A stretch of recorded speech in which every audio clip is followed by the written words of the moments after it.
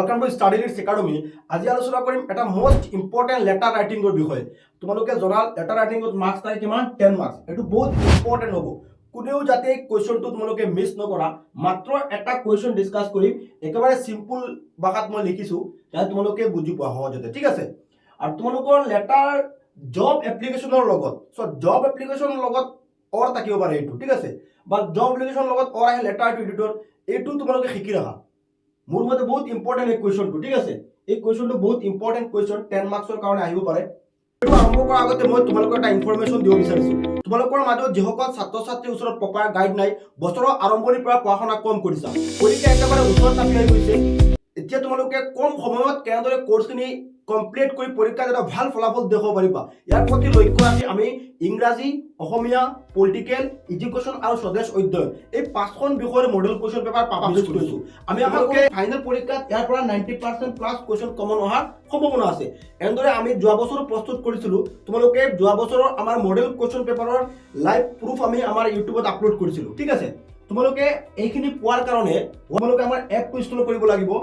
App বা study lids academy তোমালোকে play স্টোৰত search কৰি ল'বা। এটো ইনষ্টল কৰি তোমালোকে ইয়াত চেয়াৰ আছে, মডেল কুৱেশ্যন আছে, তাতে ক্লিক কৰিবা। এইচ সেকেন্ড ইয়াৰত নহয়, এইচ সেকেন্ড ইয়াৰত তোমাৰ ফুল কোৰ্স আছে, তোমালোকে ইয়াত ক্লিক কৰি দিবা, ঠিক আছে? বা এইটো ভিডিঅ ডেসক্ৰিপচনত এটা ভিডিঅ লিংক দি আছে, ডেসক্ৰিপচনত তোমালোকে ক্লিক কৰি মডেলবোৰত কেনেদৰে জয়েন হ'ব লাগে স্টেপ বাই স্টেপ মই কৈ দিছো, ঠিক আছে?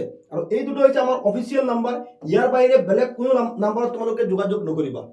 কিবা মডেল কুৱেশ্যন পেপাৰবোৰত জয়েন হওঁতে কিবা সুধিবলগীয়া থাকিলে, কুৱেশ্যন আনসাৰৰ কাৰণে বহুতো ছাত্ৰ ছাত্ৰীয়ে মই দেখা পাইছো হোৱাটছআপত কুৱেশ্যন সুধি আছে। আচলতে তোমালোকে আমাক হোৱাটছআপত কুৱেশ্যন নুসুধিবা। কিবা কুৱেশ্যন তোমালোকক সুধিবলগীয়া থাকিলে, কোনো সাবজেক্ট ৰিলেটেড কুৱেশ্যন থাকিলে ইয়াত চেটত এছএমএছ কৰিবা, এপত। প্লিজ তোমালোকে ভালদৰে চাই লোৱা। কিবা সাবজেক্ট ৰিলেটেড তোমালোকৰ কুৱেশ্যন থাকিলে ইয়াত চেট আছে, এপত তোমালোকে সুধিবা। আৰু মডেলবোৰত জয়েন হ'বলৈ হ'লে তোমালোকক কিবা সুধিবলগীয়া থাকিলে এডমিশনৰ কাৰণে এই নাম্বাৰত তোমালোকে হোৱাটছআপত এছএমএছ কৰিব পাৰিবা, ঠিক আছে? এইখিনি আমাৰ সেভ কৰি লোৱা। এই নাম্বাৰ দুটাৰ বাহিৰে বেলেগ কোনো নাম্বাৰত তোমালোকে যোগাযোগ নকৰিবা। আৰু আমাৰ এপটো ইনষ্টল কৰি লোৱা মডেলবোৰৰ কাৰণে এই স্টাডি লিডছ একাডেমি। আৰু ডেসক্ৰিপচনত এটা ভিডিঅ লিংক দি আছে, ভিডিঅটোত মই ধুনীয়াকৈ স্টেপ বাই স্টেপ কৈ দিছো যে মডেলবোৰত কেনেদৰে জয়েন হ'ব লাগে। প্ৰথমতে আমি কোৱেশ্চনটো পঢ়ি লওঁ। কোৱেশ্চনটোত কি কৈছে যে you are Rahima or Binoy, তোমাৰ নাম ৰহিমা মা Binoy, you want to study bachelor of mass communication, তুমি বেচেলাৰ অফ মাছ কমিউনিকেশ্যন পঢ়িব বিচাৰিছা, মানে বেচেলাৰ অফ মাছ কমিউনিকেশ্যন এটা কোৰ্স, ঠিক আছে? সেই কোৰ্সটো তুমি মানে পঢ়িব বিচাৰিছা। ক'ত পঢ়িব বিচাৰিছা? Under Krishnakanta Handiqui state open University, মানে কৃষ্ণকান্ত সন্দিকৈ যিখন অপেন ইউনিভাৰ্চিটি আছে অসমৰ, সেইখন ইউনিভাৰ্চিটিত তুমি বেচেলাৰ অফ মাছ কমিউনিকেশ্যন পঢ়িব বিচৰা, ঠিক আছে? বিচাৰিছিলা, ঠিক আছে? Write a formal letter to the registrar of Krishnakanta Handiqui to get necessary information about the course, duration of the course, fee structure, mode of learning, evaluation. মানে কি এতিয়া কৈছে তুমি যেহেতু বেচেলাৰ অফ মাছ কমিউনিকেশ্যন পঢ়িবা ক'ত? Krishnakanta Handiqui state open University. মানে কোৰ্সটোৰ বিষয়ে তুমি কোৰ্সটোৰ ডিটেইলছ বা কোৰ্সটো কিমান মাহৰ হ'ব বা কোৰ্সটোৰ ফি ষ্ট্ৰাকচাৰ এই গোটেইখিনি জানিবৰ বাবে এখন লেটাৰ লিখা কাৰ ওচৰত? ৰেজিষ্ট্ৰাৰৰ ওচৰত। সেইখন ইউনিভাৰ্চিটিৰ ৰেজিষ্ট্ৰাৰৰ ওচৰত তুমি এখন কি লিখা? লেটাৰ লিখা। কি কৈছে? Write a formal letter to the registrar of Krishnakanta Handiqui state open university to get necessary information about the course, কোৰ্সটোৰ বিষয়ে জনাৰ কাৰণে তুমি লেটাৰ লিখা। বা ডিউৰেশ্যন অফ দ্য কোৰ্স, কোৰ্সটো কিমান দিনৰ হ'ব, ফি ষ্ট্ৰাকচাৰ, কোৰ্সটোৰ ফি কিমান হ'ব, মোড অফ লাৰ্নিং কি হ'ব, ইভ্যালুয়েশন কেনেকৈ হ'ব, ইয়াৰ বিষয়ে তুমি জনাৰ কাৰণে সেইখন ইউনিভাৰ্চিটিৰ ৰেজিষ্ট্ৰাৰৰ ওচৰত তুমি কি লিখা? এখন লেটাৰ লিখা। নিশ্চয় তোমালোকে কোৱেশ্চনটো বুজি পাইছা, কোনো অসুবিধা হোৱা নাই যে তুমি মাছ কমিউনিকেশ্যন পঢ়িবা ক'ত? কৃষ্ণকান্ত সন্দিকৈ। এতিয়া সেই মাছ কমিউনিকেশ্যনৰ বিষয়ে জনাৰ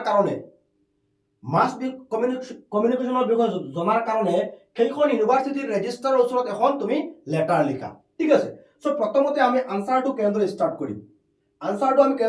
কৰিম? চোৱা, ইয়াত আমি যিজন লেটাৰ ৰাইটিং হওক, জব এপ্লিকেশ্যন হওক বা লেটাৰ টু এডিটৰ হওক, এইটো এটা ফৰমেট আছে যে যেতিয়া আমি লিখিম প্ৰথমতে আমি সেন্ডাৰ এড্ৰেছ দিব লাগিব।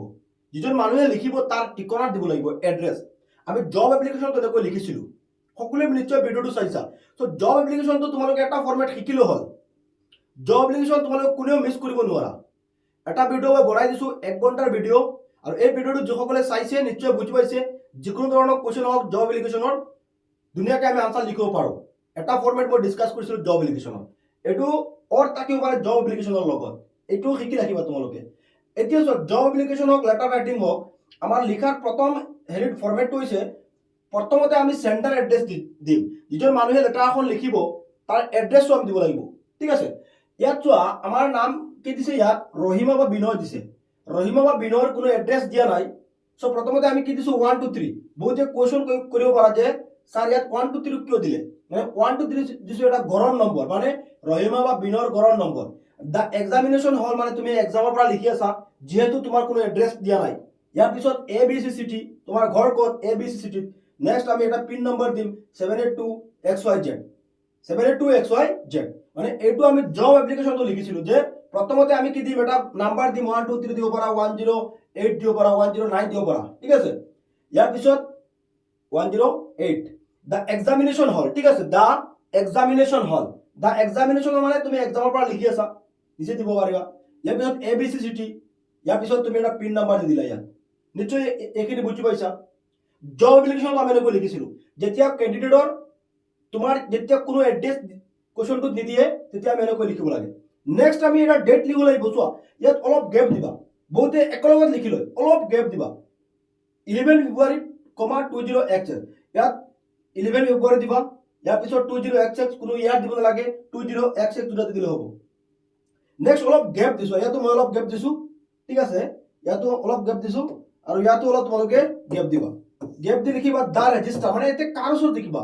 প্ৰথমতে তোমাৰ সেন্টাৰ এড্ৰেছ ইয়াৰ পিছত ডেট এটো ফৰমেট সেন্টাৰ এড্ৰেছ ইয়াৰ পিছত ডেট দিলা ইয়াৰ পিছত কাৰ ওচৰত আমি লিখিম অলৰেডি আমাৰ কোৱেশ্চনটো দিছে কোৱেশ্চনটোত মেনশন আছে দা ৰেজিষ্টাৰ আমি লিখো the registrar Krishnakanta Handiqui state open university Guwahati আৰু আমাৰ ক'ত আছে গুৱাহাটী আছে ইয়াত দিয়া আছে Krishnakanta Handiqui state open university Guwahati মানে প্ৰথমতে আমি সেন্টাৰ এড্ৰেছ দিলো ইয়াৰ পিছত ডেটটো দিলো ইয়াৰ পিছত আমি কি দিলো যাৰ ওচৰত আমি লিখিম receiver address centre address date receiver address clear কোনো অসুবিধা হোৱা নাই ঠিক আছে নেক্সট আমাৰ আহিব সাবজেক্ট বিষয়টো কি বিষয়টো হৈছে request for information regarding bachelor of mass communication BMC মানে bachelor of mass communication course এটো সাবজেক্টত দিলা ঠিক আছে মানে তুমি BMC কোৰ্সৰ বা বেচেলাৰ অফ মাছ কমিউনিকেশ্যন কোৰ্সটোৰ ইনফৰমেশন জনাৰ কাৰণে লেটাৰখন তুমি লিখি আছা ঠিক আছে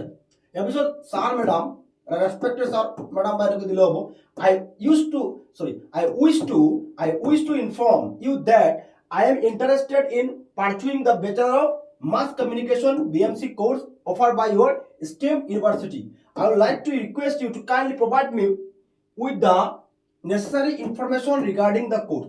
যে তুমি ইয়াত কি কৈছা যে I wish to inform you that মই আপোনাক জনাবলৈ পাই সুখী হৈছো যে I am interested মই ইচ্ছুক in pursuing the Bachelor of Mass Communication যে আপোনাৰ ইউনিভাৰ্চিটিয়ে যেটো course Bachelor of Mass Communication provide কৰি আছে সেই কোৰ্সটোত মই এডমিশন লব বিচাৰিছো বা সেই কোৰ্সটোত মোৰ ইন্টাৰেষ্ট আছে পঢ়া I would like to request you to kindly provide me the necessary information regarding the course এতিয়া মই আপোনাক ৰিকুৱেষ্ট কৰিছো যে এই কোৰ্সটোৰ ডিটেইল মোক দিয়াৰ কাৰণে ইনফৰমেশনখিনি মোক দিয়াৰ কাৰণে I would be grateful if you could inform me about the duration of the course মই সুখী হ'ম কৃতজ্ঞ হ'ম যে যদি আপুনি মোক সেই কোৰ্সটোৰ ডিউৰেচন কয় এলিজিবিলিটি ক্ৰাইটেৰিয়া মানে কি মানে যোগ্যতা লাগিব মোৰ কি যোগ্যতা লাগিব সেই কোৰ্সটোত এডমিশন লওঁতে fee structure mode of learning evaluation system and examination pattern fee structure ইয়াৰ কি হ'ব আপুনি মোক জনাব I will also like to know whether study materials are provided and if there are any contact classes or practical training included in the program.